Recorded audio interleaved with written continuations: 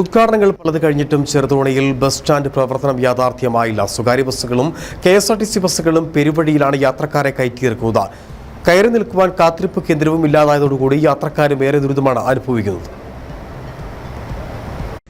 ഇടതു വലതു മുന്നണികളുടെ കാലത്ത് നിർമ്മാണ ഉദ്ഘാടനങ്ങൾ പലത് കഴിഞ്ഞെങ്കിലും സമീപ വർഷമാണ് ബസ് സ്റ്റാൻഡ് നിർമ്മാണം ഏകദേശം പൂർത്തീകരണത്തിലെത്തിയത്. എന്നാൽ പണിതീരും മുൻപേ പാർലമെന്റ് തെരഞ്ഞെടുപ്പ് മുന്നിൽ കണ്ട് ചെറുതോണി ബസ് സ്റ്റാൻഡിന്റെ പ്രവർത്തന ഉദ്ഘാടനം കൊട്ടിഘോഷിച്ച് നടത്തുകയും ചെയ്തിരുന്നു. എന്നാൽ നാളിതുവരെയും ഒരൊറ്റ ബസ് പോലും സ്റ്റാൻഡിൽ പ്രവേശിച്ചിട്ടില്ല എന്നതാണ് വസ്തുത. ഇതിന് കാരണം നിർമ്മാണം പൂർത്തിയായില്ല എന്നത് തന്നെയാണ്. ഇതോടുകൂടി KSRTC ഉൾപ്പെടെ സ്വകാര്യ ബസ്സുകൾക്കും ടൗണിലെ ഇടുങ്ങിയ റോഡാണ് ശരണം. കയറി നിൽക്കുവാൻ കാത്തിരിപ്പ് കേന്ദ്രം പോലും ഇല്ലാത്തതിനാൽ യാത്രക്കാരും ഏറെ വലയുകയാണ്. മഴയും വെയിലുമേറ്റാണ് സ്ത്രീകളും കുട്ടികളും അടങ്ങുന്ന യാത്രക്കാർ ബസ് കാത്തു നിൽക്കുന്നത്. വർഷകാലമാകുന്നതോടുകൂടി അക്ഷരാർത്ഥത്തിൽ പൊതുജനങ്ങൾക്ക് ഇവിടെ ഏറെ ദുരിതമാണ് അനുഭവിക്കേണ്ടി വരിക. ജില്ലാ ആസ്ഥാനമായിട്ടും ചെറുതോണിയിലെ ബസ് സ്റ്റാൻഡ് താമസം കൂടാതെ തുറന്നു കൊടുക്കുവാൻ കഴിയാത്തത് അധികൃതരുടെ വീഴ്ചയെന്നത് വ്യക്തമാണ്.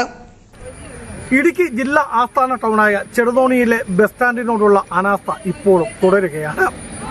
ഭരണപക്ഷത്തിന്റെ മെല്ലപ്പോക്കും പ്രതിപക്ഷത്തിന്റെ കഴിവില്ലായ്മയുമാണ് ചെറുതോണി ബസ് സ്റ്റാൻഡിന്റെ ഇപ്പോഴത്തെ അവസ്ഥയ്ക്ക് കാരണമെന്ന് പറയാതിരിക്കുവാൻ തരമില്ല.